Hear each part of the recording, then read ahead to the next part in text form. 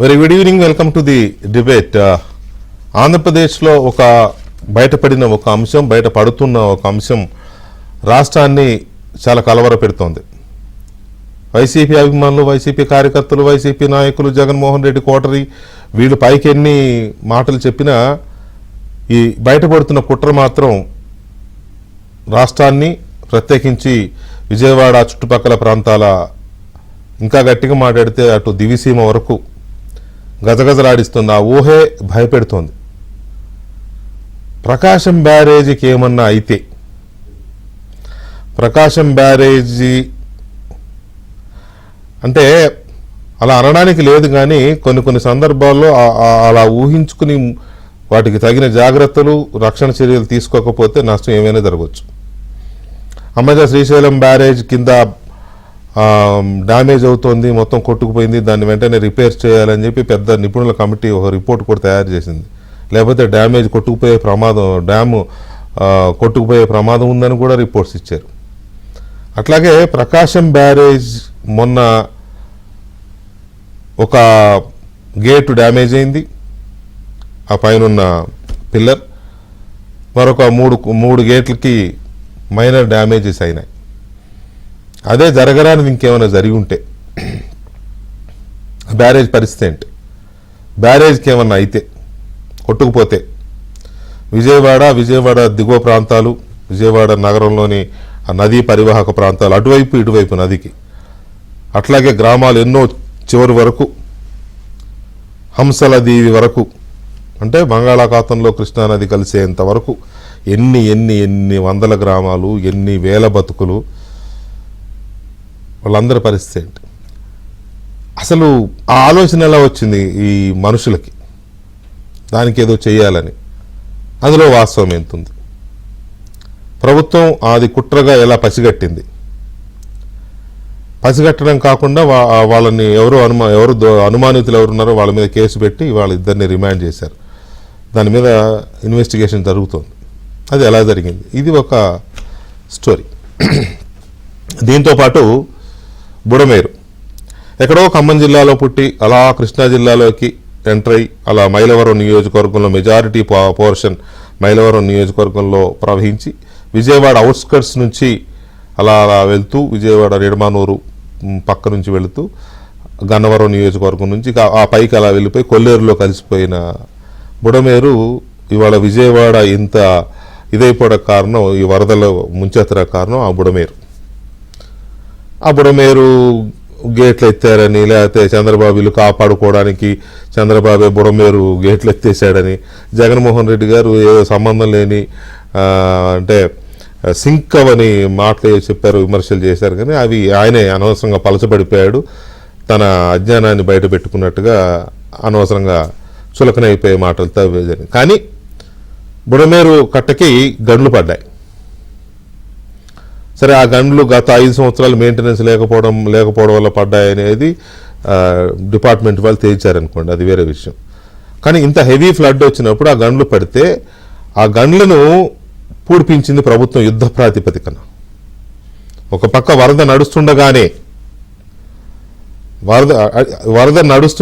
వరద కంటిన్యూ అవుతుండగానే, కట్టల మీద నుంచి పొంగి పొర్లుతుండగానే ఆ భారీ గండ్లను పూడ్పించింది. బుడమేరు గండ్లు చూపించండి, గన్లను పూడిపించింది ప్రభుత్వం యుద్ధ ప్రాతిపదికన. అసలైన యుద్ధ ప్రాతిపదిక అనే పదం నేను స్ట్రెస్ చేసి ఎందుకు వాడుతున్నానంటే, అక్కడ ఒక యుద్ధంలానే జరిగింది. యుద్ధంలాగా అంటే ఎక్కడ చాలా చోట్ల ఆర్మీ ఇట్లాంటి కీలకమైన టైంలో ఆర్మీ చాలా చూసాం మనం. ఉత్తరాఖండ్ అటువంటి చోట్ల కొండ చర్యలు విరిగిపడినప్పుడు, లేకపోతే బ్రిడ్జిలు కొట్టుకుపోయినప్పుడు, ఊళ్ళకూళ్ళు కొట్టుకుపోయినప్పుడు సైన్యం వెళ్ళి అక్కడ కొన్ని సహాయక చర్యలు చేయడం, ఆ డ్యామేజెస్ని ఆపడం, జనాన్ని రక్షించే ప్రయత్నాలు చేస్తారు. బుడమేరు కట్టకు పడిన గన్లు కూడా అలాగే యుద్ధ ప్రాతిపదికన జరిగాయి. అది ఎన్నిసార్లు చెప్పినా అది మాటల్లో చెప్పలేని డ్యామేజ్ కంట్రోల్. అది డ్యామేజ్ కంట్రోల్. ఈ డ్యామేజ్ కంట్రోల్ చేయమని, దగ్గరుండి చూసుకోమని చంద్రబాబు నాయుడు గారు, ముఖ్యమంత్రి చంద్రబాబు నాయుడు నీటిపారుదల శాఖ మంత్రి, జలవనరుల శాఖ మంత్రి డాక్టర్ నిమ్మల రామానాయుడికి అప్పచెప్పారు. ఇంకా అంతే. చిన్నప్పుడు మాకు 10th క్లాస్లో నానిటేల్ ఉండేది, కాసాబ్లాంకా అని ఒక స్టోరీ ఉండేది. తండ్రి యుద్ధానికి వెళ్తూ ఆ పిల్లోడిని పడవలో ఉంచి నేను తిరిగి వచ్చేంత వరకు ఇక్కడి నుంచి కదలొద్దు అంటాడు. ఆ తండ్రి పాపం ఏలి యుద్ధంలో చచ్చిపోతాడు. ఈ పిల్లోడేమో నిప్పు ఆ యుద్ధం మంటలు అట్లా అట్లా అట్లా వచ్చి పడవ కూడా కాలిపోతుంది, కానీ పిల్లోడు అందులో ఉండి కాలిపోతాడు. అది నానిటైల్లో ఉండేది ఒక స్టోరీ. అంతే, ఆయన చెప్పాడు, ఈయన వెళ్ళాడు అక్కడికి. గండి చివరి ఇది అయిపోయేంత వరకు 3 గంటలు పూర్తి అయిపోయేంత వరకు అక్కడి నుంచి బయటికి రాల. బహుశా 4 పగళ్ళు 3 రాత్రులు అనుకుంటా, అక్కడి నుంచి బయటికి రాల. ఎంతోమంది మెచ్చుకున్నారు, కితాబునిచ్చారు. చివరికి సైన్యం కూడా ఆర్మీ రేంజ్లో పనిచేశారు మీ మంత్రి అని చెప్పి రామానాయుడికి కితాబునిచ్చారంటే అది చిన్న విషయం కాదు. పనిచేసిన వాళ్ళు చాలామంది ఉన్నారు. తాజ్మహల్ నిర్మాణానికి రాళ్ళెత్తిన కూలీలు ఎందరో అని అక్కడ పనిచేసిన కార్మికులు, ఇంజనీర్లు చాలామంది ఉన్నారు. వాళ్ళందరినీ ఇక్కడ ఏదో ఆ క్రెడిట్ అంతా రామానాయుడు గారు జేబులో వేసేయాలనేది కాదు ఇక్కడ ఉద్దేశం. కానీ ఎవరో ఒకరు నాయకత్వం తీసుకోవాలి, ఆ కమిట్మెంట్ ఉండాలి. అక్కడ రామానాయుడు చూపించిన కమిట్మెంట్, ఆ తెగువ, ఇది చాలా ముచ్చట గొలిపింది అందరినీ. అందుకనే బుడమేరు బుల్లోడు, ఆయన యాక్చువల్గా పాలకొల్లు బుల్లోడు, కానీ బుడమేరు బుల్లోడు, బుడమేరు కట్ట మీద కూర్చుని ఉన్నాడు. ఇప్పుడు మనతో లైవ్లో ఉన్నారు, ఆయనతో మాట్లాడదాం. మంత్రి గారు నమస్తే. నమస్తే అండి. బాగుందా పేరు? బాగుందా బుడమేరు బుల్లోడు అని, గురిపాలెం బుల్లోడు లాగా? కంగ్రాట్స్ అండి మీకు. ముందుగా మీకు అభినందనలు. అంటే చంద్రబాబు నాయుడు గారు వరదల్లో 8 రోజులుగా ఆయన బస్సులోనే ఉంటూ, కలెక్టరేట్లోనే ఉంటూ, ఎలాగైతే నగరంలో బురదలో నీళ్ళల్లో తిరుగుతూ ప్రజలతో మమేకమవుతూ అధికారులను పరుగులు పెట్టించారో, మీకు అప్పచెప్పిన పని విషయంలో మీరు చూపించిన కమిట్మెంట్ కానీ, అక్కడే డెడికేట్ అయి ఉన్న తీరు కానీ చాలామందికి ఒక రకమైన లెసన్ లాంటిది. అలాగే మంచి పేరు వచ్చింది మీకు. మామూలుగానే రామానాయుడు అంటే రాజకీయాల్లో ఎప్పుడు జనంలో ఉంటాడు, పొలాల మీద గట్లంబట బజార్లో దోమతెరలు కట్టుకుని పడుకుంటాడు, న్యూస్ పేపర్లు వేస్తాడు, పాల ప్యాకెట్లు వేస్తాడు, ఇదంతా చూసాం. కానీ ఇది మాత్రం ఎక్స్ట్రాడినరీ పనితీరు రామానాయుడు గారు. Whole heartedly we are appreciating you. Thank you sir, thank you sir, thank you. ఇప్పుడు కూడా బుడమేరు గట్టు మీద నుండే మీకు లైవ్లో మాట్లాడడం జరుగుతుంది. Thank you. మీరు ఆ పనిలో ఉండి కూడా వచ్చారు. ఇప్పుడేంటి పొజిషన్ ఏంటి? బుడమేరు గంటలు 3 పూర్తి చేశారు కదా, ఇంకా ఏం నడుస్తుంది అక్కడ? అక్కడే ఉన్నారు ఎందుకు? ఎస్ అంటే ఏదైతే ఈ బుడమేరుకి పడినటువంటి 3 గంటలు ఏవైతే ఉన్నాయో వాటిని మరి చంద్రబాబు నాయుడు గారు ఇచ్చినటువంటి ఆదేశాలు, అదేవిధంగా లోకేష్ బాబు గారు కూడా క్లోజ్ మానిటరింగ్ చేస్తూ ఎప్పటికప్పుడు డ్రోన్స్తో కూడా ఎవ్రీ 1 అవర్ కూడా ఎన్ని మెట్రిక్ టన్నులు వెళ్తూ ఉంది, ఎన్ని మీటర్లు ముందుకు వెళ్తుందని ఇట్లా క్లోజ్ మానిటరింగ్, ఇట్లా విజయవంతంగా ఎవరైతే ఇక్కడ ఏజెన్సీ కానీ అదేవిధంగా ఇక్కడ అధికారులతో కానీ మాకు ఎన్నో అవరోధాలు అడ్డంకులు ఎదురైనా, ఎందుకంటే ఈ బుడమేరుకు సంబంధించి ఒక దారి తెన్ను లేని ప్రాంతంలో గంటలు పడ్డాయి. ఏదైతే బ్రిడ్జెస్ ఉన్నాయి వాటికి అప్రోచ్ లేదు. అదేవిధంగా ఇదంతా కాటన్ సాయిల్, లారీలు కాదు ఖాళీ ట్రాక్టర్లు కూడా వెళ్ళే పరిస్థితి లేదు, నడిచి రావాలన్నా కూడా కష్టమైనటువంటి పని. మళ్ళీ దీనికి తగ్గట్టుగా ఈరోజు తెరుపుగా ఉన్నాం, లేకపోతే గొడుగులో ఉండే మాట్లాడేవాళ్ళం రోజు కూడా. మరి రోజు వర్షం పడేది, ఎక్కడికక్కడ బళ్ళు దిగిపోవడం, గెంటుకోవడం, లాక్కోవడం. ఇంకొక పక్క వరద నీరు ఒకసారి 5,000 క్యూసెక్కులు 9,000 క్యూసెక్కులు కూడా వరద వచ్చి మా చేసేటువంటి గండి పూడ్చేటువంటి పనికి తీవ్రంగా అడ్డం కలిగేది. కానీ వీటన్నిటిని కూడా అధిగమించి కష్టపడి పనిచేసాం. దానికి ఒక్కటే ఏదైతే మీరు చెప్పారు, అక్కడే నిలబడి అక్కడే ఉండి పని చేసామంటే దానికి మేజర్గా 2 రీజన్స్. ఒకటి, ఏదైతే చంద్రబాబు నాయుడు గారు 74 సంవత్సరాల వయసులో 2 గంటలు కూడా ఆయన పడుకోకుండా బస్సులో పడుకొని పనిచేస్తూ ఉన్నారు. ఆయన కష్టం, ఆయన శ్రమ ఫలించాలని అంటే బుడమేరు గండ్లను ఖచ్చితంగా పూడ్చాలి. ఎందుకంటే ఏదైతే ఈ గండ్లను మనం పూడ్చితేనే విజయవాడని వాటర్కి ఆపగలుగుతాం. ఎందుకంటే నేను వచ్చిన తర్వాత చూసా యథేచ్ఛగా ఆ రోజు 5,000 క్యూసెక్కులు మరి దీని మీద బుడయేరు మీద వస్తే మరి 5,000 క్యూసెక్కులు కూడా విజయవాడ పోతూ ఉండేటువంటి పరిస్థితి. రెండో రోజు 9,000 క్యూసెక్కులు వస్తే 9,000 కూడా మరి విజయవాడ మీద పోతున్న పరిస్థితి. అంటే యథేచ్ఛగా ఒక్కొక్కసారి మరి పైనుండి వాటర్ కనుక తగ్గితే కృష్ణా నుంచి కూడా ఒక్కొక్క రోజు రివర్స్లో కూడా, అంటే ఇది తగ్గితే మళ్ళీ రివర్స్లో కూడా ఈ గండి మేయించి, ఈ 3 గళ్ళు మేయించి విజయవాడ మీద వచ్చేది.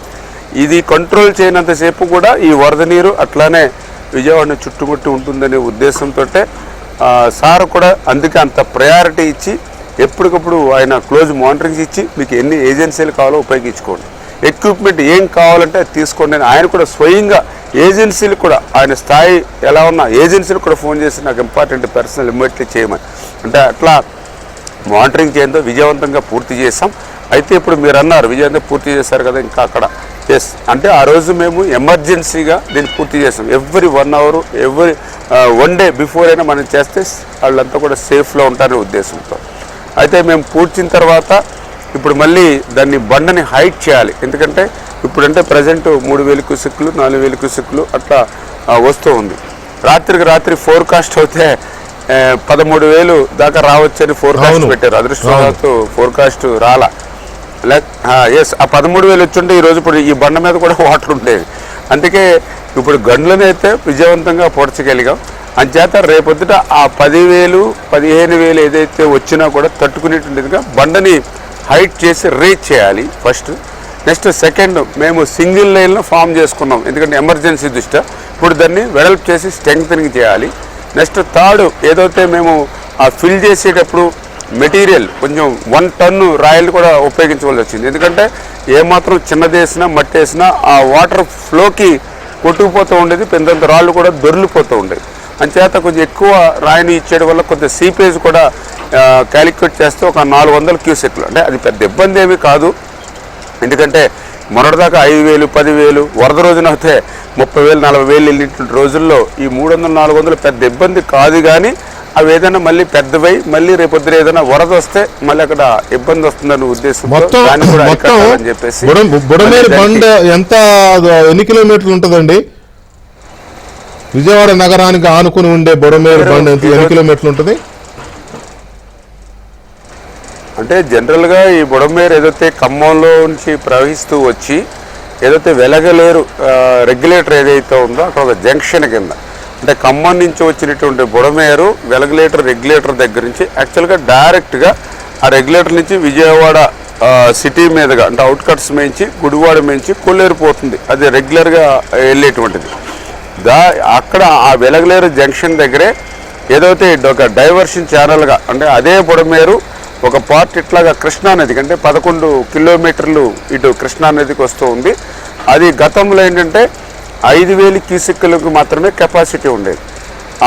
ఏదైతే చంద్రబాబు నాయుడు గారు ఆ రోజు ఇటువంటి ఫ్లాష్ ఫ్లడ్ని ఊహించి, అదేవిధంగా ఏదైతే మన పోలవరం రైట్ మెయిన్ కెనాల్ నుంచి వచ్చేటువంటి నీరు కూడా ఏదైతే ఈ డైవర్షన్ ఛానల్ నుంచి కృష్ణానదికి తీసుకెళ్ళాలి కాబట్టి దీన్ని 35,000 క్యూసెక్కులకి సరిపడేటువంటి కెపాసిటీగా ఆ రోజు ఎక్స్టెన్షను లైనింగు అన్ని పనులతో సహా టెండర్లు పిలిచారు. 3 ఏజెన్సీలు వచ్చాయి. 80% ఆ రోజు పనులు జరిగాయి. తర్వాత మిగిలిన బ్యాలెన్స్ పనులు ఏవైతే ఆ 10-20% అంటే లైనింగ్ అని ఇవి కానీ ఏవైతే కొన్ని బాటిల్ నెక్స్ దగ్గర ఏవైతే ఉన్నాయో అవి ₹1 పని కానీ, ఒక కర్బస్తా సిమెంట్ కానీ, ఒక తట్ట మట్టి కానీ 5 సంవత్సరాల్లో జగన్మోహన్ రెడ్డి చేయకపోవడంతో ఆ రోజు చంద్రబాబు నాయుడు గారు చేసిన పనులకి ఏదైతే 5,000ది 15,000కి ఎక్స్టెన్షన్ అయిందో అక్కడ వరకే మాత్రం ఇప్పుడు పరిమితం ఉంది. అదే 5 సంవత్సరాల్లో కనుక బ్యాలెన్స్ పనులు చేస్తుంటే 35,000కి ఎక్స్టెన్షన్ జరిగి ఉండేది. తద్వారా మొన్న 30,000 నుంచి 37,000 దాకా వచ్చిందని చెప్పారు. హ్యాపీగా కృష్ణానదికి పోయి ఉండేది. ఆ పనులు చేయకపోవడంతో మొన్న వచ్చినటువంటి ఆ వరద నీరు మరి ఉధృతంగా ప్రవహించి ఇట్లా గండ్లు పెట్టినటువంటి పరిస్థితి. అయితే రామానాయుడు గారు ఇప్పుడు మనం ఇప్పుడు చూసిన వరద బీభత్సం, బుడమేరు ద్వారా వచ్చిన వరద బీభత్సం విజయవాడ నగరాన్ని ముంచింది కదా. నిజానికి బుడమేరు చాలా అగ్రెసివ్గా ఉంటుంది. ఎప్పుడు వర్షాకాలం ఏ మాత్రం వరద వచ్చినా కూడా చాలా స్పీడ్గా ఉంటుంది దాని మూమెంట్. విజయవాడ పక్క నుంచి వెళుతూ గన్నవరం నియోజకవర్గం మీద కేసరపల్లి నిడమానూరు ఆ పక్క నుంచి వెళుతూ ఉంటుంది కదా, చాలా స్పీడ్గా ఉంటుంది. అయితే కాలక్రమంలో అది బాగా కంజెస్ట్ అయిపోయింది, ఆక్రమణలకు గురైంది. ఆ సైడ్ ఈ సైడు ఆక్రమణకు గురవడంతో పాటు సిల్ట్ తీయకపోవడం, ఆ గుర్రపు డెక్క అంతా ఇదే ఇట్లాంటి పూడికలు. సో దీన్ని మళ్ళీ ఏమన్నా విస్తృతం చేసి అవసరమైన వెడల్పు కార్యక్రమాలు చేసే ఆలోచన ఏమైనా ఉందా మీ ప్రభుత్వానికి?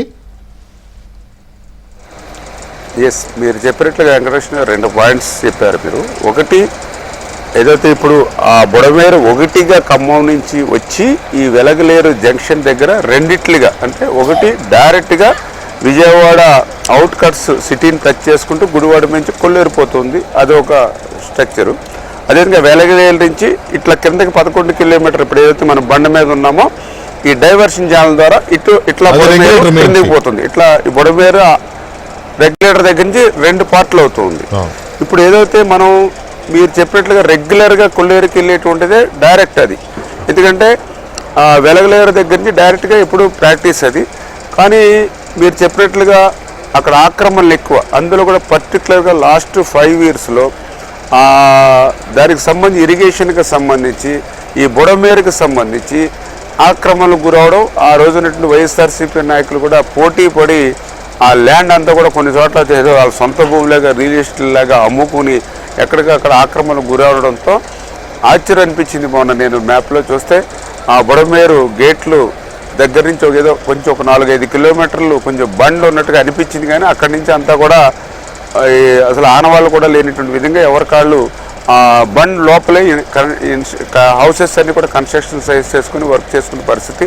అట్లా ఆక్రమణకు గురవడంతో ఆ గేట్ల నుంచి, అంటే యాక్చువల్గా గేట్ల నుంచి ఒక 7,000-8,000 క్యూసెక్కుల వరకు కూడా కొల్లేరుని మనం రెగ్యులర్గా పంపించుకోవచ్చు. అది వాస్తవంగా వెళ్ళాలి కూడా, ఎందుకంటే అదే మెయిన్ బుడమేరుకి. ఎందుకంటే ఒక్కొక్కసారి కృష్ణానదికి కనుక ఏమన్నా వరదలు వచ్చి ఫ్లడ్ వస్తే ఏది ఈ డైవర్షన్ ఛాలెంజ్ వెళ్ళేటువంటి వాటర్ని అది కూడా నిలుపుదల చేస్తుంది. అటువంటి టైంలో మనకి మేజర్గా అటు కొల్లేరుకి పంపించడానికి అవకాశం ఉంటుంది. గత 5 సంవత్సరాల్లో పోటీ పడి మరీ ఆక్రమణకి బుడమేరు డౌట్ లేదు. బుడమేరు అనేది చాలా ఆక్రమణకు గురైంది. దాంట్లో చాలా మంది పొలిటీషియన్లే ఉన్నారు. గడిచిన 5 ఏళ్లలో ఎక్కువ జరిగింది. అంతకు ముందు కూడా చాలా మంది రాజకీయ నాయకులు వాళ్ళ మనుషులతోనో వాళ్ళ బినామీలతోనో ఎవరితో ఒకరితో మొత్తమే దానికి ఆ దుస్థితి వచ్చింది. ఓకే, అది మీరు టేకప్ చేస్తున్నారు కాబట్టి సంతోషం. ఇంకొక మాట ఏంటంటే, ఇప్పుడు కృష్ణానది మీద శ్రీశైలం ప్రాజెక్ట్ కానీ, నాగార్జున సాగర్ ప్రాజెక్ట్ కానీ, లేకపోతే ఇక్కడికి వచ్చేసరికి ప్రకాశం బ్యారేజ్ కానీ ఇలాంటివి ఉన్నాయి కదా. అలాగే ఇప్పుడు మీరు పోలవరం మీదేమో గోదావరి మీదేమో పోలవరం ఇది చేస్తున్నారు.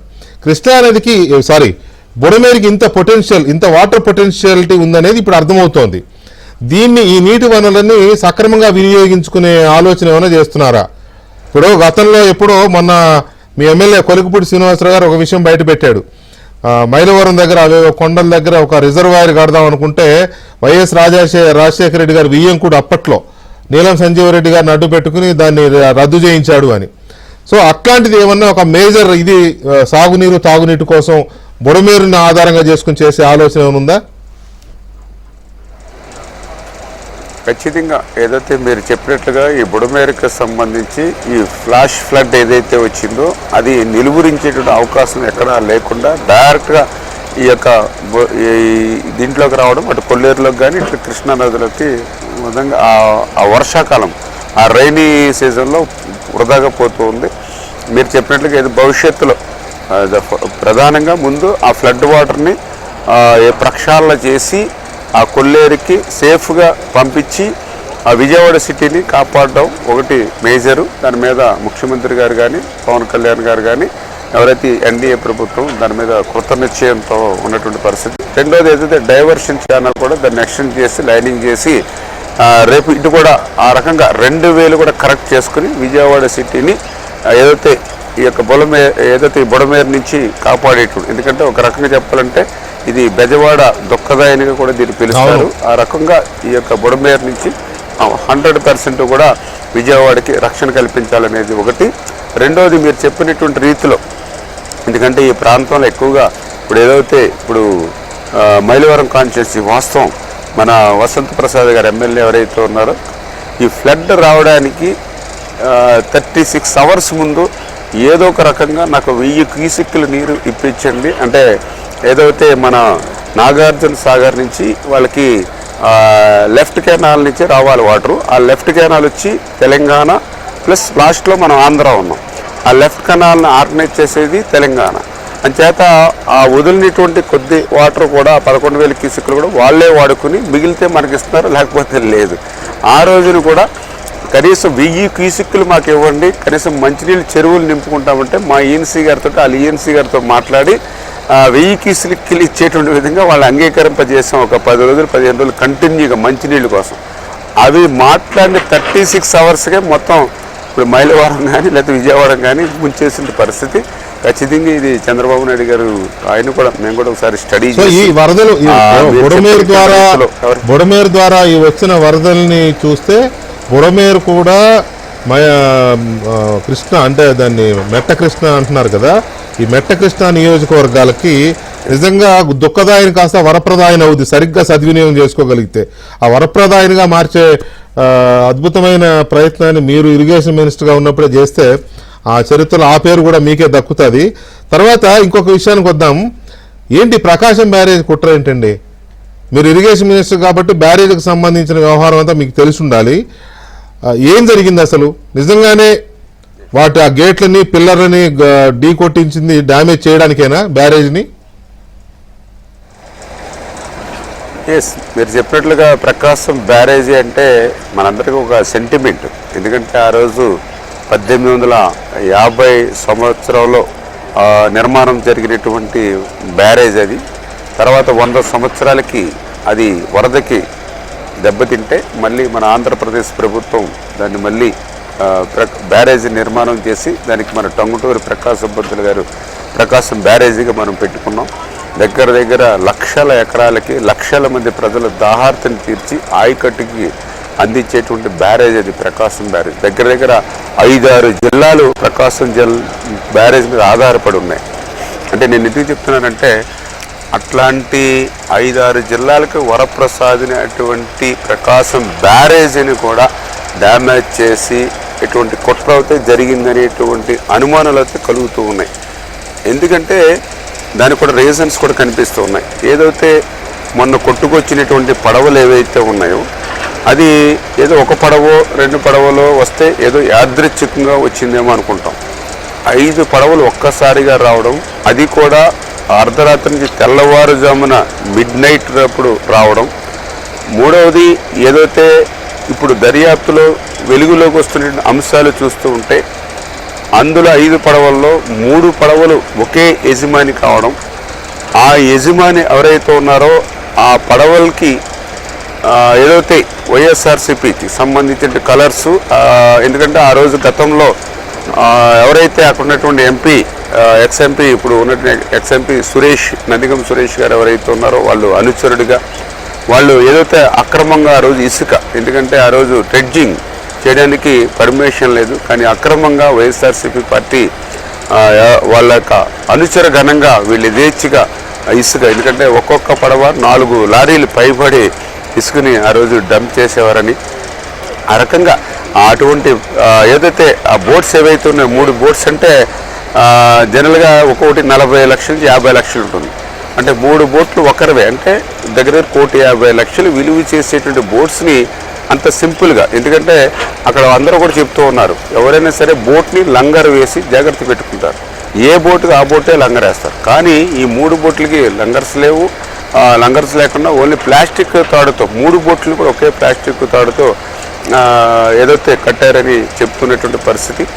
దీనికంటే మేజర్గా అంతకుముందు ఈ బోట్స్ అటు గుంటూరు జిల్లా వైపు ఉంటే ఈ ఫ్లడ్ రావడానికి ముందే వాటి నుంచి గొల్లపురం వైపు తీసుకొచ్చి పెట్టారని చెప్పేసి కూడా ఏదైతే దర్యాప్తులో కూడా తెలుస్తున్నటువంటి వాస్తవాలు.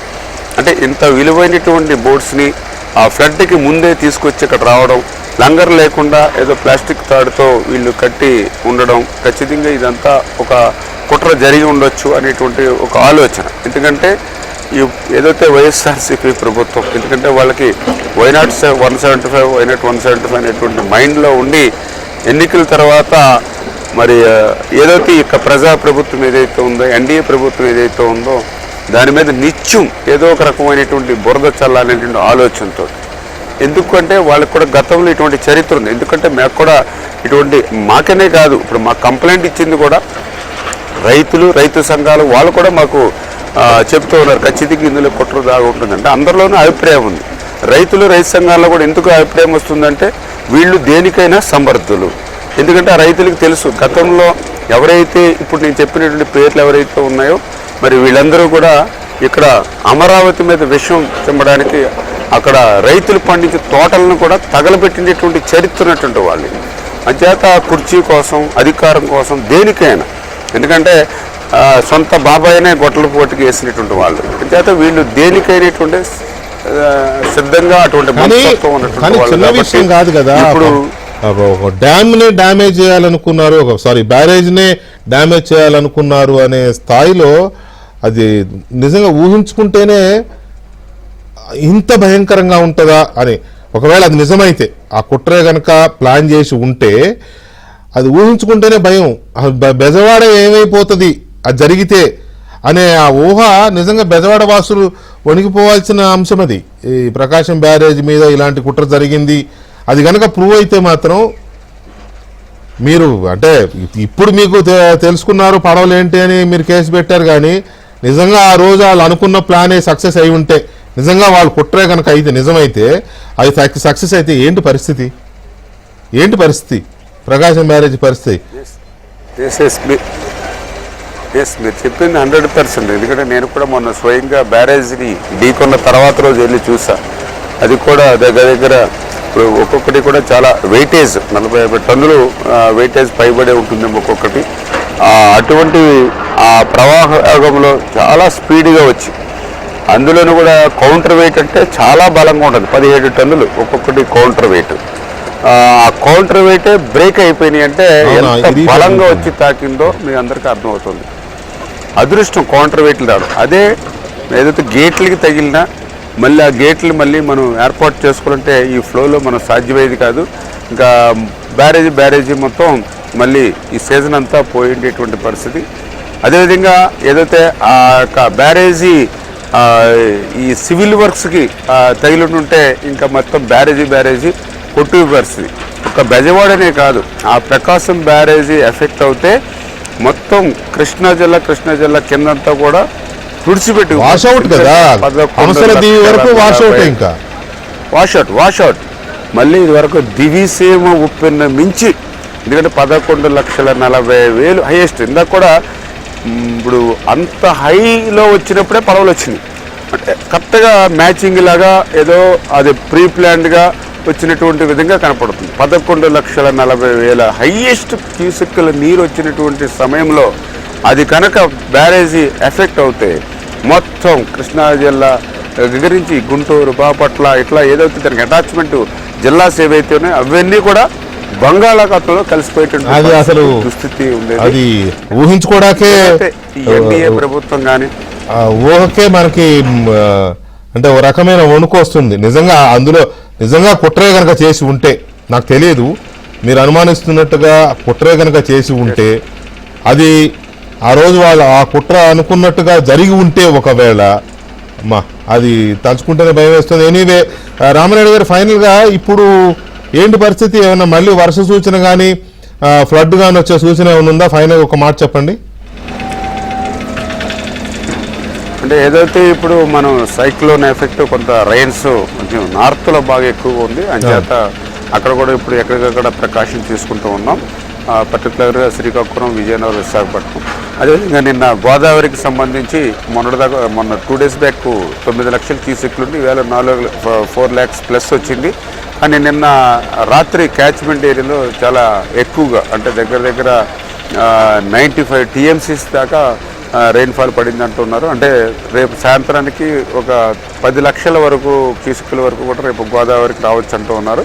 కాకపోతే గోదావరికి మా ప్రజలకు అయితే మాకు కొంత అలవాటే, ఎందుకంటే ఫ్లడ్ ఎవ్రీ ఇయర్ని మేము ఫేస్ చేస్తూ ఉంటాం.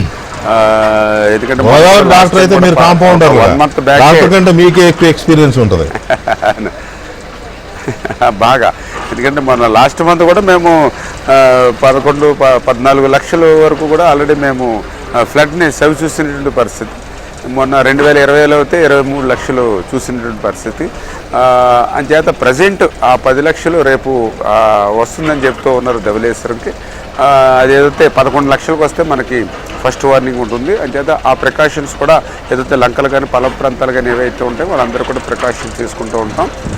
అదేవిధంగా ఏదైతే ఇప్పుడు మేజర్గా ఏలేరు రిజర్వాయర్, మన పవన్ కళ్యాణ్ గారు కాన్స్టిట్యున్సీ పిఠాపురం, ఆ ఏలేరు రిజర్వాయరు కొంత లోకల్ క్యాచ్మెంట్ నుంచి ఎక్కువ వాటర్ రావడంతో దాన్ని కిందకి రిలీజ్ చేస్తా ఉన్నాం. దానివల్ల కొద్దిగా పిఠాపురం రోడ్లు అదేవిధంగా గొల్లప్రోలు మండలం కొద్దిగా ఎఫెక్ట్ అవుతున్నాయి అగ్రికల్చర్. అదిని పవన్ కళ్యాణ్ గారు కూడా స్వయంగా వెళ్ళి అక్కడ ప్రజలకి వాళ్ళకి కూడా వాళ్ళకి కావాల్సిన సహాయ కార్యక్రమాలు కానీ అదేవిధంగా కలెక్టరేట్ నుంచి కూడా కాకినాడ నుంచి కూడా ఆయన కూడా మానిటరింగ్ చేస్తూ ఉన్నారు. అదేవిధంగా ఇంకా ఇతరత్ర ఎక్కడైతే ఎఫెక్ట్ ఉందో అవన్నీ కూడా చూస్తూ మేజర్గా విజయవాడకు సంబంధించి కూడా ఇప్పుడిప్పుడే సాధారణ పరిస్థితులు నెలకొల్పుతూ ఉన్నారు. ఏదైతే ఈ వాటర్ కూడా ఏదైతే అయిపోయిందో ఆ వాటర్ అంతా కూడా బయటికి పోయింది. ఎప్పుడైతే మన బండ్స్ని ఇక్కడ అరెస్ట్ చేసామో ఆటోమేటిక్గా ఈ 2-3 డేస్లో నా కళ్ళెదరే నేను ఇక్కడ బండ్స్ని క్లోజ్ చేసాం. విత్-ఇన్ 2-3 అవర్స్లోనే ఇక్కడ మునిగిపోయినటువంటి రోడ్లు కానీ మొక్కలు కానీ పొలాలు కానీ కనపడిన పరిస్థితి. ఇప్పుడు చాలా వరకు విజయవాడ క్లియర్ అయిపోయింది. ఎక్కడైనా మిగిలిన వాటర్ అది డ్రైన్స్ ద్వారా పోవాలి. ప్రతి ఇండ్లు కూడా చంద్రబాబు నాయుడు గారే ఫైర్ ఇంజిన్లు పెట్టుకుని రోడ్లు షాపులు అన్నీ వాష్ చేసి వాళ్ళకి అన్ని రకాల సహాయ కార్యక్రమాలు అన్నీ కూడా అందజేస్తూ ఉన్నారు.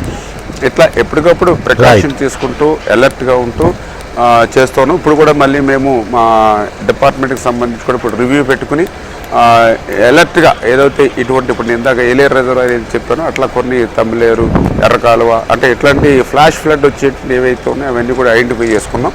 వాటిని ఎక్కువ కూడా రెగ్యులర్ మానిటరింగ్ చేసుకుంటూ పనిచేస్తున్నాం. ఎందుకంటే మేము గత ప్రభుత్వంలా కాదు. ఏదైతే గతంలో మీకు అందరికీ తెలుసు అన్నమయ్య ప్రాజెక్టు కొట్టుకుపోతే ఆ రోజు జగన్మోహన్ రెడ్డి ముఖ్యమంత్రిగా ఉండి ఒక్క అడుగు పెట్టల. ఎందుకంటే ఆ రోజు అన్నమయ్య ప్రాజెక్టు కొట్టుకుపోయి 3-4 ఊర్లు తుడిచిపెట్టుకుపోయి 36 మంది చనిపోతే కనీసం అడుగుపెట్టి పలకరించాలి ఆ రోజు. కానీ మా ప్రభుత్వం అట్లా కాదు. చంద్రబాబు నాయుడు గారు ఈవేళ 8 రోజుల నుంచి కలెక్టరేట్లో ఉండి బస్సులో ఉండి ఎవ్రీడే ఈవేళ ఐఏఎస్ ఆఫీసర్ని మంత్రుల్ని ఎమ్మెల్యేలని అందరినీ బాధ్యతలు చేసి పనిచేస్తూ ఉన్నారు. దయవుంచి మీ ద్వారా కూడా ప్రజలు గమనించుకోవాలని అడుగుతూ ఉన్నా. వాళ్ళు ఆ రోజు పనిచేయడం కాకుండా ఈరోజు పనిచేసే ప్రభుత్వం మీద కూడా బురద వెళ్తూ ఉన్నారు. అటువంటి వ్యక్తులు రాజకీయాల్లో ఉండడానికి అనర్హులు. ప్రజాస్వామ్యంలో అటువంటి వ్యక్తులు ఉండడానికి అనర్హులు అనే విషయాన్ని కూడా దయవుంచి ప్రజలు కూడా మీ ద్వారా కూడా గుర్తించాలని చెప్పి కూడా కోరుతూ ఉన్నారు. రైట్ మంత్రి గారు, థ్యాంక్ యూ వెరీ మచ్ అండి. లైవ్లో మీరు వచ్చినందుకు మీకు